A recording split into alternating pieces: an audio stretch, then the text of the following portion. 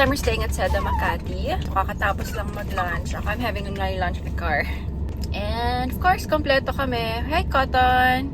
Gonna do some errands before we check in. Yung sa visa, Japan visa. So, inaasikaso ko yung... After our visa application, we decided to shop for some travel essentials. Shoes for Zoey, snack catcher, and socks to go with her shoes. Ang cute naman! Binigyan siya ng ganito. Yun nga, yung cute niya eh.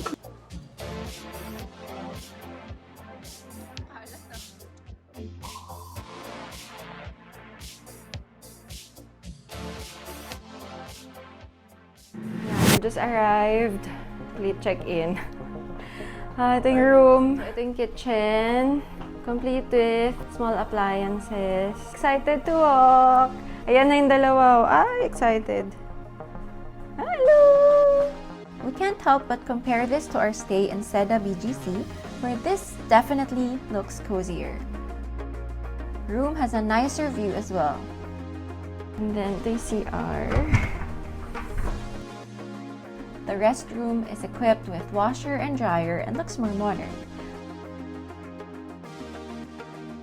Hello, baby!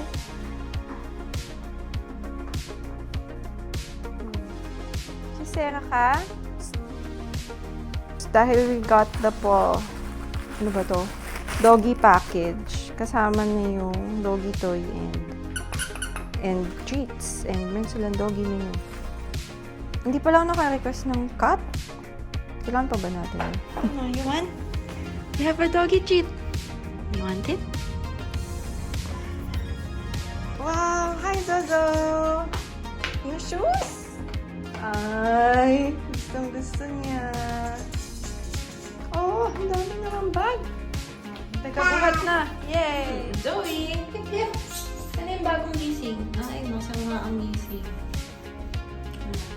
Parang nilalamig. Thank you, Ama, for the cardigan. Bye-bye. Wow, thank you for the service. Mama shoes. Okay. Thank you.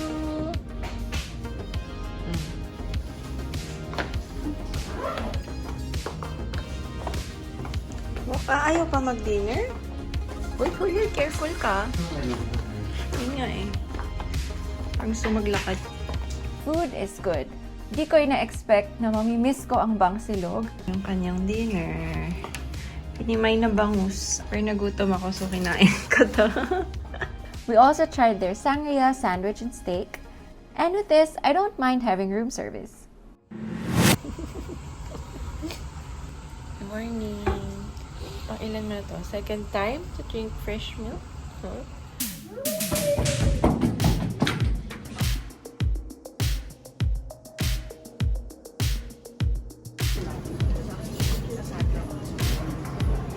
Upos na nga alam. Ito na lang mga pwede kong kanin, puro tinapay. Kawawa ka na. Ito mo yung carb overload.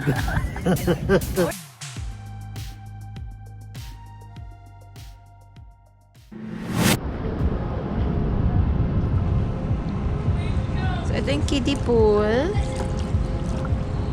Yan, adult pool.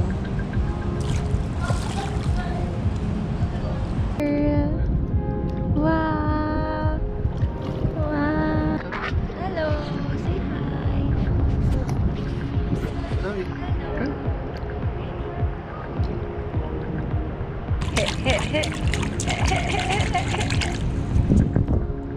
Water!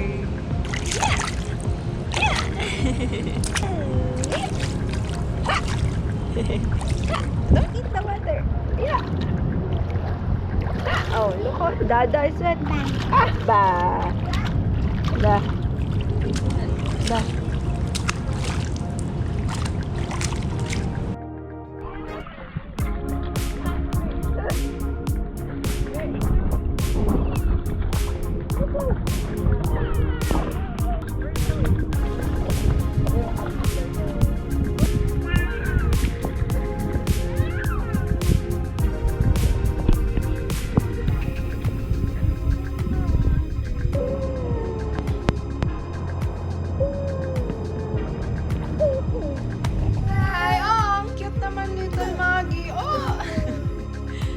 Chin!